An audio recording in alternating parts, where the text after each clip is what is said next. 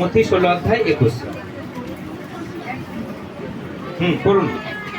সেই সময় অবধি যিশু আপন শিষ্যদিকে স্পষ্টই বলিতে লাগিলেন যে তাহাদিগকে জেরুজালেমে যাইতে হইবে এবং প্রাচীন বর্গে প্রধান যাজকদের ও অধ্যাপকদের হইতে অনেক দুঃখ ভোগ করিতে হইবে ও হত হইতে হইবে, আর তৃতীয় দিবসে উঠিতে হইবে।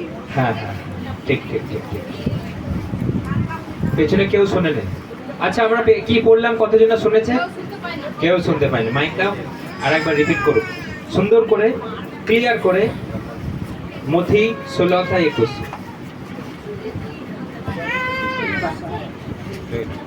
পড়ুন, যে হোক একজন পড়ুন। সেই সময় অবধি যিশু আপন শিষ্যদিগকে স্পষ্টই বলিতে লাগিলেন যে তাহাকে জেরুজালেমে যাইতে হইবে এবং প্রাচীন বর্গে প্রধান যাজকদের ও অধ্যাপকদের হইতে অনেক দুঃখ ভোগ করিতে হইবে ও হত হইতে হইবে, আর তৃতীয় দিবসে উঠিতে হইবে। হালেলুয়া। যিশু বললেন তাকে যেতে হবে, অত্যাচারিত হতে হবে, মার খেতে হবে, মরতে হবে, আবার 3 দিন পর জীবিত হয়ে উঠতে হবে।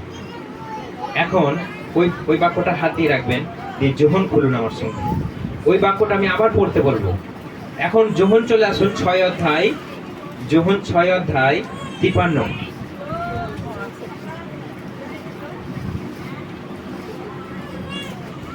তাড়াতাড়ি। যিশু তখন বললেন, আমি তোমাদের সত্য বলছি, মানব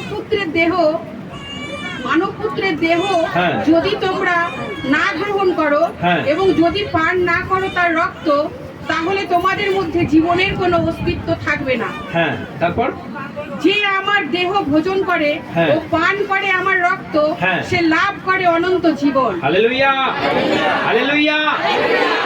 যে আমার রক্ত আর শরীর খায় সে লাভ করে অনন্ত জীবন। এখন প্রশ্ন করি আপনাদের, যিশু এই জগতে কি জন্য এলেন? যিশু এই জগতে কি জন্য এলেন? এক কথায় উত্তর হবে, কি জন্য এলেন? তিনি আমাদের জন্য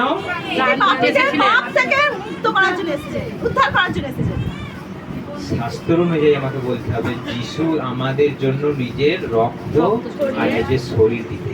হালেলুয়া। এখন আমাকে বলুন, যিশু কোনো ধর্ম দিয়েছে আপনাকে? দিয়েছে? কোথাও লেখা আছে? শাস্ত্রের একটা কোণেতেও লেখা আছে কোন ধর্ম দিতে এসেছেন? তিনি কিন্তু একটা কথা বলেছেন। আর একবার মথি চলে যান। আমি বলেছিলাম হাত দিয়ে রাখতে, জাস্ট উল্টান আর পড়ুন। মথি 21 পড়ুন, 16 অধ্যায় 21 পড়ুন। সেই সময় অবধি যিশু আপন শিষ্যদিগকে স্পষ্টই বলিতে লাগিলেন যে তাহাকে জেরুজালেমে যাইতে হইবে, তাকে জেরুজালেমে যেতে হবে এবং প্রাচীন বর্গের প্রধান যাজকদের ও অধ্যাপকদের হইতে অনেক দুঃখ ভোগ করিতে হইবে। দেখুন, তিনি সকলের দ্বারা দুঃখ ভোগ করবেন। আর শাস্ত্র বলছে, পড়ুন, ও হত হইতে হইবে। মানে কি? তিনি মরতে যাচ্ছেন, তিনি রক্ত দিতে যাচ্ছেন, তিনি নিজের শরীরকে ক্ষতবিক্ষত করতে যাচ্ছেন। হালেলুয়া। তার পরিকল্পনা চিন্তা করুন। আমরা তাকে বানিয়ে দিলাম খ্রিস্টানদের, আমরা তাকে বানিয়ে দিলাম বিদেশিদের, আমরা তাকে বানিয়ে দিলাম জেরুজালেমে ইসরায়েলের তিনি দেবতা, তিনি ঠাকুর। ঈশ্বরের প্রিয় সন্তানেরা, কান খুলে একটা শুনে রাখুন। যদি আপনাকে প্রশ্ন করে আপনার ধর্ম কি, বলবেন আমি কোনো ধর্ম জানি না, আমি শুধু একটা জিনিস জানি, যিশু আমার জন্য রক্ত দিয়েছে, যিশু আমার জন্য মার খেয়েছে, যিশু আমাকে কোনো নামধারী জাগতিক কোনো ধর্ম দেয়। হালেলুয়া। যদি বলেন আপনি এইসব আপনাকে ব্রেন ওয়াশ করেছে, কে বললো এইসব কথা? তখন বলবেন মথি 16 অধ্যায় 21 লেখা আছে, আমাকে লোকে মারবে, আমাকে ধরে অত্যাচার করবে, আমার রক্তপাত করবে, তবু আমি সেখানে যাব, লোকে আমাকে মেরে দেবে, আমি 3 দিন পর আবার জীবিত হয়ে উঠবো, আমি সেই জন্য সেখানে যাচ্ছি। আপনাকে যদি বলা হয় এখানে এলে মারবো, ধরবো, আসবেন এখানে? আজকে আমি বলছি, আপনি কথাই বলছেন। ধরুন আমি অন্য একটা লোককে বললাম, তোমাকে গেলে ওখানে চাপ খাবো, আপনি আসবেন আর কোনোদিন? মারের ভয় কেউ যাবে কি? আমি সেই কথা বলতে চাইছি। আপনি যদি জানেন যে সেখানে গেলে আমার মৃত্যু, আপনি যাবেন সেখানে? কোনোদিনও যাব না আমরা। যিশু জানে সেখানে তার মৃত্যু, যিশু জানে সেখানে তাকে গেলে অকথ্য অত্যাচার করবে। যিশু জানেন যে আমি যাওয়া মাত্রই লোকে আমাকে পাথর ছুঁড়ে মারতে আসবে। সেই ঈশ্বর বলছে, তোমরা আমার কোন কাজের জন্য পাথর মারছো গো? আমি এমন কি করেছি আমাকে পাথর মারতে আসছো? তিনি একটা কথা বলেছিলেন, সত্য কথা, কি জানেন? আমি আব্রাহামেরও আগে থাকতে আছি। হালেলুয়া। তার মানে কি বোঝাতে চাইছেন তিনি? আব্রাহামকে মনে করি আমাদের আদি পিতা, আব্রাহামকে মনে করি আমাদের জাতির পিতা, তার বাইরে আর ধার্মিক লোক কেউ নাই। তিনি এই কথাটা বলেছেন, আমি আব্রাহামেরও আগে থাকতে আছি। তাদের চক্ষু চড়ক গাছ, তাদের ব্রেন ঘুরতে লাগলো, কেন?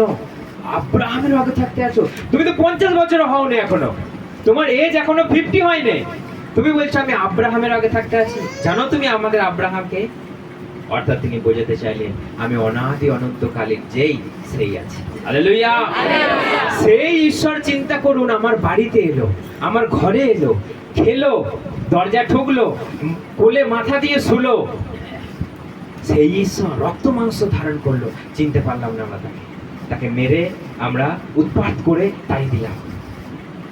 তাহলে কোনো ধর্ম দিতে এসেছে না, জীবন পাল্টাতে এসেছে। তিনি এখানে বলছেন তোমরা যদি আমার রক্ত না খেয়েছো, আমার শরীর না খেয়েছো, তোমরা জীবনই পাবে। হালেলুয়া। তিনি জীবন দিতে এলেন, তিনি তার কাছে এসে আমরা জীবন পেয়েছি।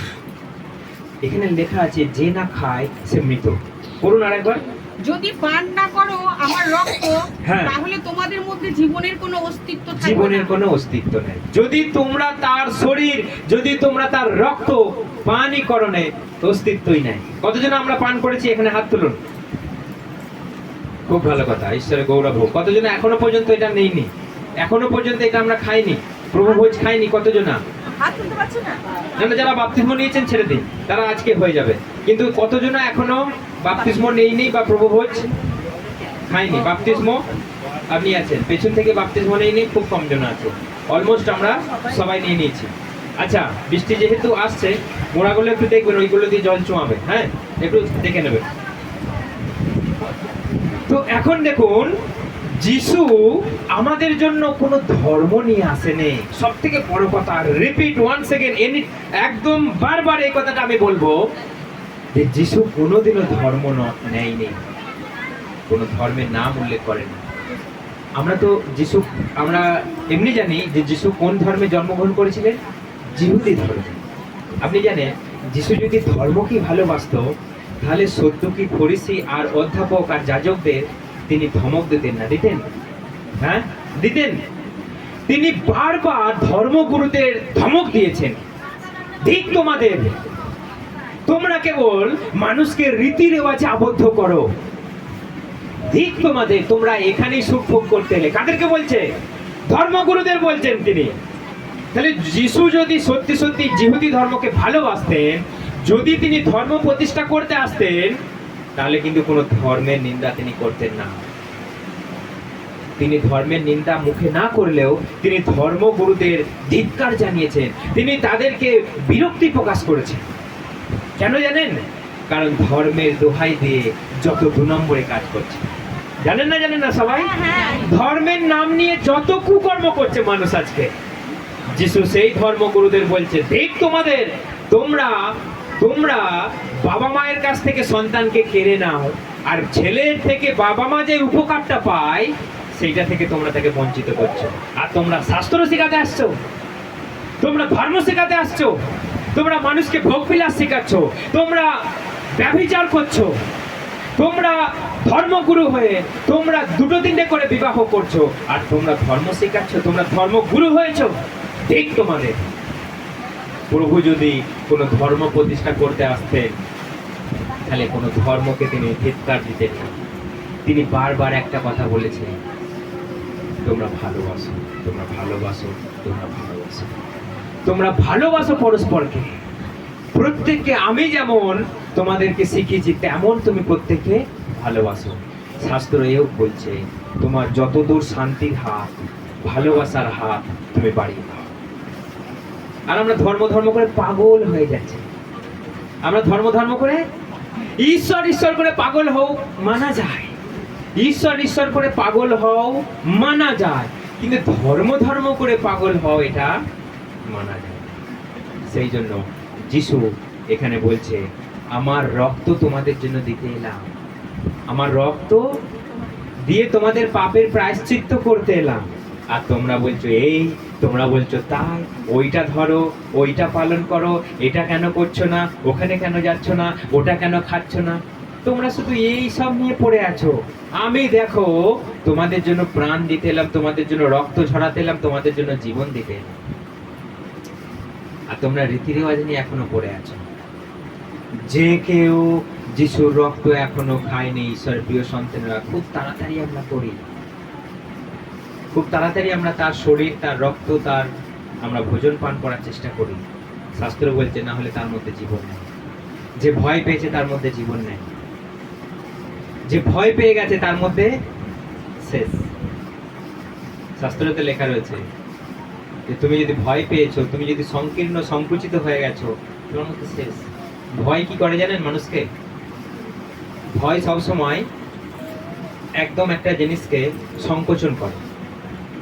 ধরুন আমি এইটা থেকে যদি আমি হাওয়াটাকে তুলে নিই, কি হবে জানেন? এটা চিপসে যাবে, এটা একদম দুমড়ে যাবে।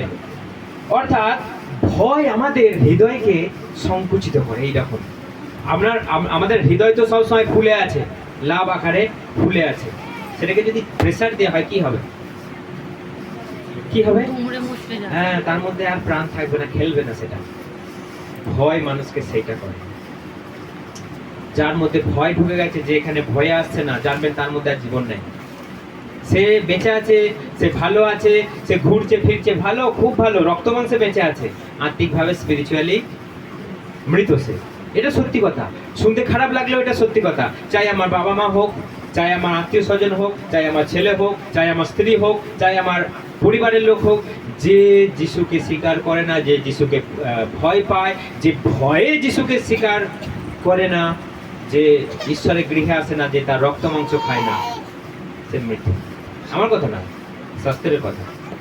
সেই জন্য যাতে আমাদের খারাপ না লাগে, যাতে আমরা বুঝাতে পারি আমার স্ত্রীকে, আমার স্বামীকে, আমার ছেলেকে, আমার বৌমাকে, যাতে আমরা বোঝাতে পারি, সেই জন্য এই বাক্য খুলে তাদেরকে বলবেন, স্মরণ করাবেন, বলবেন আমি ভয় দেখাচ্ছি না, যেটা সত্যি কথা সেটা বলছি। কারণ আজকে সত্যি কথাটা বলা নরকে যাওয়ার চেয়ে ভালো। ইয়েস আর নো? আপনি নাচতে নাচতে নরকে যাচ্ছে, ঘোড়া হয়ে কানা হয়ে স্বর্গে যাওয়া ভালো না ভালো না? হ্যাঁ, আপনার মাথা সুন্দর, চুল দিয়া মাথা, ভুরু আঁকা মাথা, সুন্দর মাথা নিয়ে নরকে যাচ্ছে, গলাটা মাথাটা ফেলে দিয়ে স্বর্গে যাওয়া ভালো না ভালো না? হ্যাঁ, ভালো না ভালো নয়? দেখি রে স্বপ্ন গর্দান থেকে মাথা আলাদা কথা বলছে, সেটা বলছি না। কিন্তু মাথার চেয়েও দামি কি? আমার মাথার চেয়েও দামি কোনটা? স্বর্গ। আমার মাথার চেয়েও স্বর্গটা আগে দামি। আপনি মাথা বাঁচানোর জন্য তো যিশুকে ত্যাগ করেন, মাথা বাঁচানোর জন্যই তো, কিন্তু আপনার মাথার চেয়েও স্বর্গের দাম বেশি। সেই জন্য যিশু বলছে, তুমি হাত পা কেটে, চোখ ফোক কানা করে উবরে তুমি ফেলে দাও, তবুও তোমার স্বর্গে যাওয়া ভালো। কারণ এইসব নিয়ে ধিতাং ধিতাং করতে করতে নরকে যাওয়া তোমার পক্ষে বুঝছো নাকি? বুঝছো না তুমি কি হবে ওটা? নরকের কীট কখনো মরে না, নরকের আগুন কখনো নেভে না।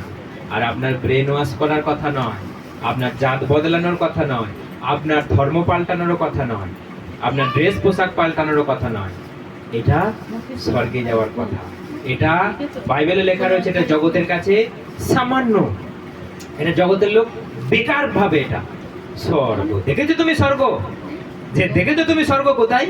আমরা দূরবীন নিয়ে তো দেখতে যাচ্ছি না স্বর্গ কোথায়। স্বর্গকে দূরবীনে দেখা যায় না। স্বর্গ কয়েকশো কোটি আলোকবর্ষ দূরে, যাকে মানুষ আলো পৌঁছাতে পারছে না সেখানে। তাহলে আমরা গাড়ি নিয়ে কি করে পৌঁছাবো? কোন যান আছে পৃথিবীতে অ্যাভেলেবেল? আলোকবর্ষ কোটি কিলোমিটার দূরে। মানে আলো, যে আমি ধান খেরুড়ে বলছিলাম, আলো যেরকম গতিতে যায়, সেই রকম যদি কয়েক বছর আমরা যাই, তাও পৃথিবীকে আমরা টেক ওভার করতে পারবো না, এই ব্রহ্মাণ্ডকে আমরা টেক ওভার করতে পারবো না। আলো যেই গতিতে যায়, তাহলে কোথায় স্বর্গ? কোথায় স্বর্গ? সেই জন্য ঈশ্বরের প্রিয় সন্তানেরা, আমরা তার অস্তিত্ব খুঁজে বেড়াই, কিন্তু অত সম্ভব নয়। সেই পায় বাড়িতে বসে যন্ত্র ছাড়াই অস্তিত্ব খুঁজে পায়, যে কেবল হাঁটু পাতে। হালেলুয়া! যে কেবল হাঁটু পাতে নম্র হয়ে পাপ ছেড়ে বলে, প্রভু যিশু তোমার অস্তিত্ব আমাকে একটু দাও। আর ওরা যন্ত্র নিয়ে আবিষ্কার করে করে, রিসার্চ করে করে, গাড়ি নিয়ে চলে যাচ্ছে খুঁজতে। তাই হয় নাকি? প্রভু বলেছে তোমাদের দেখি ক্ষমতা, পৃথিবীটাকে এফোর ওপর করো। চেষ্টা করলো, পারলো না। তোমরা দেখি সমুদ্রের গভীরতাকে মেপে একবার, সেটাও পারলো না। করছে, আজও করছে, যাচ্ছে, মারা যাচ্ছে, সব ফিরে চলে আসছে, ডেড বডি খুঁজেও পাওয়া যাচ্ছে না। তাহলে ঈশ্বরের সঙ্গে চ্যালেঞ্জ, ইয়ার কি নাকি? এটা ছেলে খেলা? ঈশ্বরের সঙ্গে চ্যালেঞ্জ বলছে আমরা পৃথিবীটাকে দেখবো কতটা গভীর, কতটা এ মাথা ও মাথা যেতে। আমরা সামান্য চুটকির মানুষ হয়ে ঈশ্বরের সঙ্গে চ্যালেঞ্জ করছি, দেখবো আমরা। সেই জন্য আমরা অন্য লাইনে চলে যাচ্ছিলাম। সেই জন্য ঈশ্বর তার নিজের রক্ত দিয়ে আমাদেরকে বাঁচাতে এলেন, কোনো যন্ত্রপাতি দিয়ে নয়, কোনো নিয়ম কানুন দিয়ে নয়, তিনি নিজের রক্ত দিয়ে। সেই জন্য আপনি যদি রক্ত মাংস না খেয়েছেন, আপনার মধ্যে জীবন নাই। লাস্ট একটা কথা বলবো, যদি আমরা পাপ করেছি, এই কথাটা আমি বারবার বলি আর বলেই যাব, কারণ পাপ তো আমরা কখনো কখনো করে ফেলি। যোহনে প্রথম করিন্থীয় 11 অধ্যায়ে কি লেখা আছে? একদম 28, শুধু একটা বাক্য পড়ে আমরা শেষ করব। কিন্তু মনুষ্য আপনার পরীক্ষা করুন, হ্যাঁ, এবং এই প্রকারে সেই রুটি ভোজন ও সেই পানপাত্রের পান করুন। কেননা যে ব্যক্তি ভোজন ও পান করে, সে যদি তাহার শরীর না জেনে, তবে সে আপনার বিতরাজ্ঞা ভোজন পান করে। ঠিক আছে, ঠিক আছে, ঠিক আছে। যে পান করে সে পরীক্ষা করে দেখুক, কারণ যে কেউ না যাচাই করে ভোজন পান করে, সে নিজের প্রভুর শরীরের রক্তের দায়ী হবে। সেজন্য আমরা সবাই জানি যে পাপ করে হাত পাতলে সেটার কোনো দাম নেই। আপনি হাত পাতুন বিনা পাপ করে, আপনার হাত কি পরিষ্কার? আপনি বলবেন হ্যাঁ সাবান দিয়েছে তো, লাইফ বয় না। এটা প্রথম করিন্থীয় 11 অধ্যায় 28। আপনি প্রভুর রক্তে হাত শুচি করুন, ধার্মিকতায় হাতকে শুচি করুন, যেন আপনার হাত শুচি। ঠিক আছে, আসুন আমরা উঠে দাঁড়াই। যারা